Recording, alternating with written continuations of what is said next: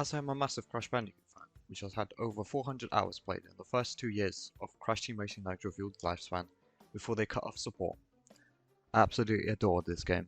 It was named the best kart racing game and won the award for the best racing game at the 2019 Game Awards. With the massive success of Crash Team Racing in the early 2000s, you would only expect that Crash Team Racing Nitro Fueled would live up to the nostalgic expectations of the original game, with the potential for many improvements such as expanding the character roster, including tracks from Crash Nitro Kart, including online multiplayer, massively improving the graphics with the power of the PlayStation, Xbox and Nintendo Switch. With all things considered, this game has massively exceeded everyone's expectations and gave us so much more, including skins, new characters, from the whole Crash Bandicoot franchise. Well, with a few exceptions. Massive amounts of customization, new arcade game modes, new time trial ghosts, Grand Prix, brand new tracks, and so much more. It's a massive shame that Beenox cut support 1 year into the game's release, and from that moment on, the game really died out. With all that said, Crash Team Racing Nitro Fueled was destined to be the perfect remake of a game we all loved from our childhood. Crash Team Racing Nitro Fueled was massively successful in bringing old fans of the original game through nostalgia and introducing the amazing kart racer to younger generations. However, it's still not perfect and has its many small flaws. Before we continue with the video, be sure to like, comment and subscribe to my channel. Would be massively appreciated. I, Kart Ninja, post funny gameplay videos, shorts and sometimes live streams. Come on, don't be shy. Some heavenly sources of YouTube have been telling me that only 1.3 of my viewers are subscribed to my channel. So what the hell are you waiting for? You better subscribe now. Remember, I'm watching all of you. With all that said, back to the video. So, what was the cause of the rapid decline? With Beenox cutting support for the game 1 year later after release to help work on Call of Duty, all of our hopes have been lost of the game coming back anytime in the future. With a massive decline in the recent market of good kart racers, Beenox have shown their ability to create an amazing kart racer, which we all love. With all that considered, we could only hope that a CTR2 might come sometime in the future, with all the game's issues resolved and improved upon to absolutely demolish the kart racing genre. I am Kart Ninja, and today we're going to be posing the question, what would have happened if Beenox continued to improve and deliver on this best kart racer of all time? What should a dream CTR2 look like? What features should Beenox implement into a potential CTR2? In order to top the greatest kart racer of our generation. Just going to open it very professionally here on Gaming's Biggest Night. That's good, that's good. Oh wow, what's this? This kind of looks familiar. Does it now? Booyah, Grandma! This kind of looks... Yo. Oh, yo. Please. Yo, oh, please. Okay, this is one of those. Yes, this is... This is what I live for. Favorite game of all time. And they are bringing it back. Oh, so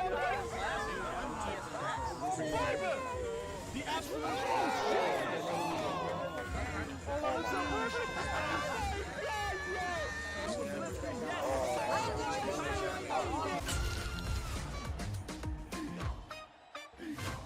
When trying to create a game better than its predecessor, it's important to consider what made the game great in the first place, before thinking about what could possibly be improved in a game that was massively successful and still managed to exceed everyone's expectations. So, the main question is, what actually made Crash Team Racing Nitro Fueled so great? Whoa! Many people would not hesitate to praise the game's perfect control system. With the past limitations of the PlayStation 1, CTR still managed to become one of the greatest kart racers of all time, due to its amazing controls which still hold up well to the modern days. The controls in CTR Nitro Fueled were perfect. They literally managed to improve even more, mainly consisting of the use of blue fire, the highest possible speed that can be achieved. Nothing can come close to it. It was the learning of the mechanics such as U-turning, perfecting shortcuts, and holding blue fire for all 3 laps that made the game very fun to perfect and learn. Whoa! The game's customization was amazing. Just have a look yourself. I don't even need to tell you. Just look at that. There's so much customization that it's ridiculous. Around 90% of this can be unlocked through the pit stop, and the rest can be unlocked through time trial groups than playing through the adventure mode. The pit stop was an amazing way of unlocking customization items, where the currency was Wumpa coins, which were earned after every race. This helped encourage players to play the game to be able to choose which items they want to buy, even though the later implemented microtransactions into the game were controversial.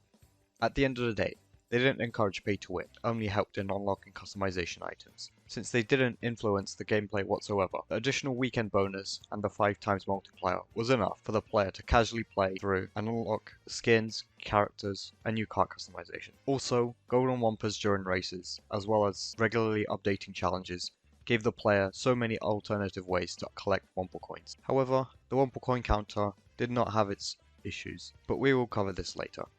Grand Prix at their peak were amazing, providing new characters, skins, and customization, new game modes, and brand new tracks built from the ground up. New CTR announcement trailers by old characters from Crash Team Racing, Chick and Stu, new seasonal challenges, a Nitro gauge which can be filled by completing these seasonal challenges in order to unlock free customization. On the plus side, Beanox also thought about the players who don't play as often and may not be able to fully complete the Nitro gauge for each Grand Prix. This was ensured that after each Grand Prix had finished, all customization had been placed in the pit stop for players to unlock at a later stage. There was no season passes, unlike other multiplayer games like Call of Duty and Fortnite, meaning that everything was basically considered free DLC. Including these Grand Prix updates, Beanox include many patches and quality of life changes, which helped balance the game. For example, item balancing in races, such as the orbs. Remember at the beginning of the game, where you were able to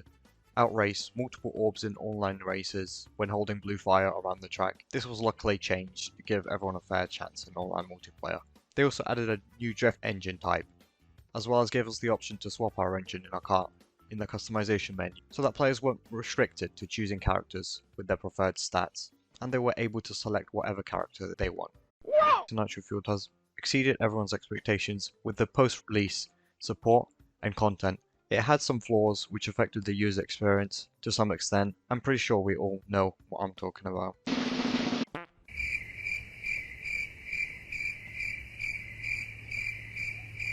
Nope.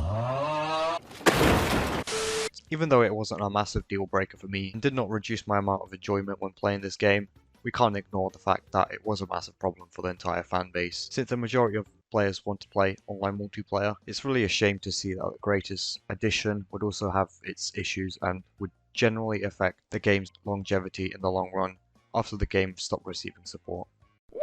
Even though the greatest expectation for Crash Team Racing Nitro Fueled was the addition of online multiplayer in 8-player lobbies against actual players. However, despite the online popularity still thriving during the Grand Prix era of CTR, we can't ignore the many issues that the online multiplayer had. For example, the constant random disconnects in the lobby while waiting for a race to begin. Sometimes, even when racing, everyone got randomly disconnected mid-race, often resulting you in having to race against AI, which in reality are no competition for someone who is drifting around the track at full speed with blue fire. Also, sometimes this happened.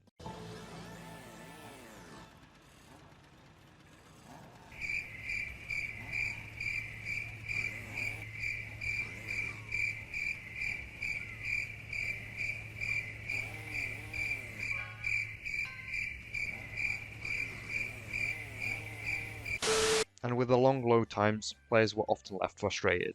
A later issue that was also discovered when the PS5 released. The game loaded much quicker than the PS4 version, and this meant that whenever they skipped the cinematic cutscene before the race started, it would immediately disconnect all PS4 players from the lobby. Even though there didn't seem to be any issues with the Xbox One and Series X and S versions of the game when it came to the online, this massively affected the experience for players on other consoles. Remember this? The game mode no one played, ever? Yep, that was pretty dead. Yeah, I never played it either. I thought long about this, but I still have no idea how they could populate this game mode, since the major focus of this game is on the racing. Maybe you guys have any ideas, then drop them down in the comments. Even though the controls were the best thing about the original game, Nitro Fueled managed to expand and make the controls even better with the blue fire and reserve mechanics. Many casual fans were not able to understand some of the more complicated mechanics such as U-turning, blue fire, and reserves, because they were not explained by the game at all and were well discovered by the Crash community a few months later after release. Even though challenges were a very good alternative to collect Wumpa coins, some challenges were quite literally impossible. Like, look at this. Like, this is absolute bollocks. Like, how could you ever possibly finish Hyperspacer without using any boost pads, when literally every part of the track looks like this?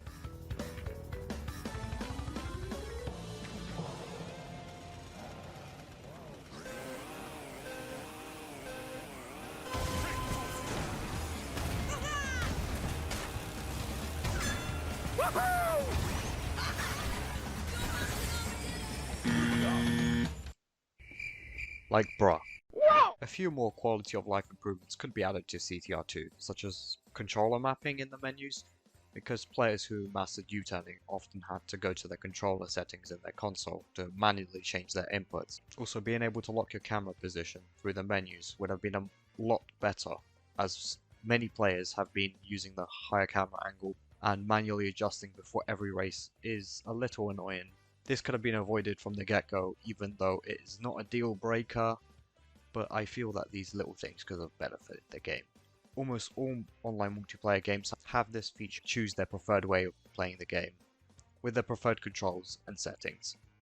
So with my analysis of Crash Team Racing Nitro Fueled's successes and flaws, this allowed me to think about what things could have been done to improve the game in a future sequel, what things need to stay the same, and some of my ideas alongside talks with the Crash Bandicoot community for a potential sequel. There are many things that I would want, and even though we may not get everything, obviously it's nice to dream. A future sequel is inevitable, even though Activision, Toys for Bob and Beanox's priorities before a CTR2 should be on making the recently announced Crash Team Rumble online brawler as best as possible. Then their focus should be on Spyro 4, since it's already been teased in Easter eggs from Crash Bandicoot 4. It's about time, because he has been sort of put on the side. He needs some love. This first original game that isn't a remake. I mean, look at it. It's been around 5 years since the release of the Reignited trilogy. After that, maybe a Crash 5, but realistically speculating, a CTR2 should not release before 2024. So don't get your hopes up. If we were ever going to get a CTR2, what would I like for it to include? With Adventure Mode, I don't think it makes too much difference on what developers decide to do, as long as it is some similar format like in Crash Team Racing and Crash Nitro Kart, where you collect trophies for winning each race in an area and beating the boss before proceeding on to the next area. I think this is perfectly fine and doesn't require any changing. The plot might look slightly different to previous games, as it has gotten somewhat repetitive with aliens from a different galaxy threatening to destroy the planet if they do not race. Maybe something more modern would be better, with Nitrous Oxide returning in some way to the plot of the story, with the possibility of so many characters, the possibility of an adventure mode, and a very good story is endless. We saw this in Crash Bandicoot 4 It's About Time, where the story's plot was amazing. However, the large character roster from the franchise was not quite utilized, despite the game being based around the main characters. With the online multiplayer, many changes were required in order to improve the online experience, because it was arguably the most played game mode by all the players. With me coming back to play the game recently, I've realized that majority of the time between races is spent in the menus. This could be all solved by creating an online Freeroam lobby, which is similar to the maps in Adventure Mode, where online players can just chill and drive around. In order to join online matchmaking races, players would enter Wattpads specific game modes they want to play to prevent them from waiting in the menus in order to start a race. Just think about modern racing games such as Need for Speed and Forza Horizon, where they can just join an online event by selecting it at the correct location.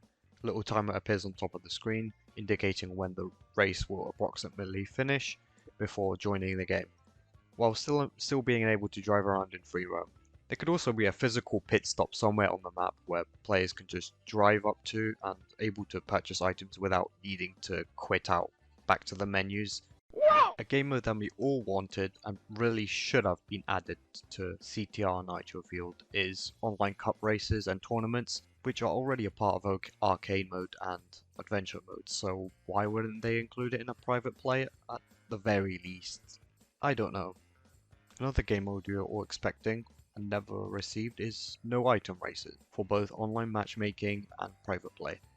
This was requested by a lot of different players because many players just wanted the raw racing experience with no items to just practice their driving skills online, similar to time trials. However, a CTR2 would be a perfect opportunity to enhance the variety of online game modes. For example, earlier when I was talking about the online Freeroam map, separate warp pads could be implemented to give players the opportunity to play whatever they want. With the longer wait times in between races and definitely between cup races, the online Freeroam map would really give the player something else to do while they wait until the next race begins. I think a very important factor to consider in the online matchmaking would be giving the player the opportunity to invite their friends into random online matchmaking races without having to play private play. I think this would be a much better alternative because me and my brother, for example, wanted to play with each other in online matchmaking against other real players. This was virtually impossible to achieve as we could only play online together in private play, which often meant we were forced to race with no AI on 1v1 or with AI. I think this was very surprising, to be honest, because this would help populate the racing servers and encourage more players to play online matchmaking instead of private play. Racing against 7 other players is so much more enjoyable, and if we're also able to invite our friends into a lobby, it will be so much better. As of the voting system in the online Freeroam, it could literally be as simple as selecting a race that they want using a D-pad. In order to increase the longevity of the game during Grand Prix, the CTR TV voting system to allow players to vote on potential future legacy tracks, which could be reintroduced back into the game with future Grand Prix. Some of the Crash Team Racing Nitro Fueled tracks are too good not to have them back at some point.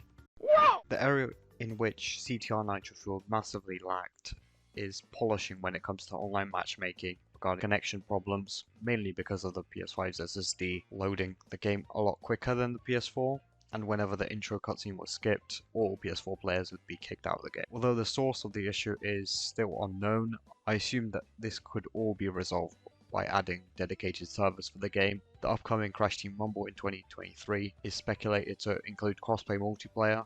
This would be a good time to test and solve server problems to further improve the online experience. Cross-platform races in CTR2 would massively help populate the servers, such as PlayStation, which had by far the greatest player base. Xbox servers were populated but not ideal, and to the extent of the PlayStation.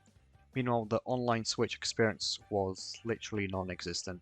Another disappointing thing about the game is the lack of 60 FPS gameplay support from day one, or had it been at least updated with a patch for the PlayStation 5 and the Series X in the future. The Switch, meanwhile, would kind of fall short and may have to stay at 30 FPS at a lower graphical setting. However, as we discussed earlier, a CTR2 could fall a lot later down the line. Who knows if Nintendo would release a next-gen console before the release of CTR2.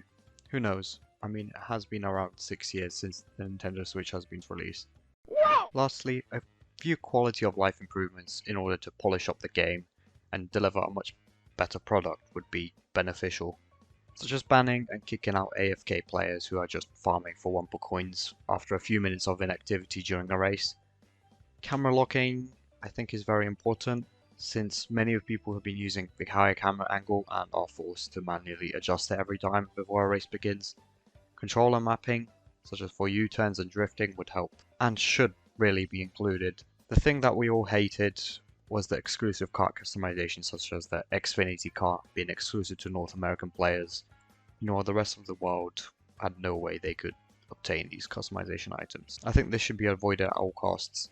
Now, with some more artistical quality of life improvements, such as the option for legacy music, which is already in CTR Nitro Fueled, I think should be carried over just to give some of the players a retro feeling.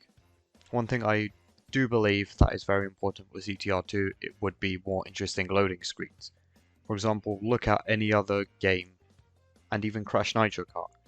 Each race had their own unique loading screen, plus loading screens can be sometimes quite long, which should be definitely more interesting than what we got in Crash Team Racing Nitro Fueled. I mean, look at this. It's really boring and dull if you see this same loading screen over and over again. Beanox and Toys for Bob have amazing art directors, so it would be interesting to see how they could create a background image for the loading screens of the track. I mean, look at the concept art of the game at the end credits of Crash Bandicoot 4. The art style is really amazing and really should be implemented in the loading screens to make it more unique. Whoa! Oh yeah, and I forgot one more thing. I'm aware that people will continue to wish for the game to come to PC. However, I see many problems for an online-based game releasing on PC, especially marketing-wise, as this could majorly impact games ratings and scores on Metacritic if the game is exploited on the PC version of the game. Look at problems Call of Duty had with hacking and cheating with their recent crossplay multiplayer game like early Warzone. My main problem with releasing this game for PC, of course mods would be nice with custom maps, racetracks, however online would create cheating and would negatively affect the overall experience. In CTR Nitro Fueled, this may have not been an issue because the servers were poor anyways and there is no cross-platform. But let's look at what happened to Plants vs Zombies Garden Warfare 2 on PC.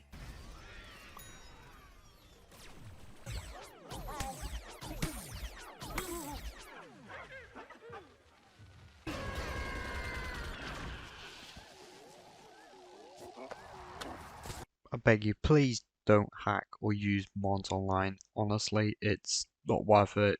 Just don't do it. Don't ruin anyone else's online experience.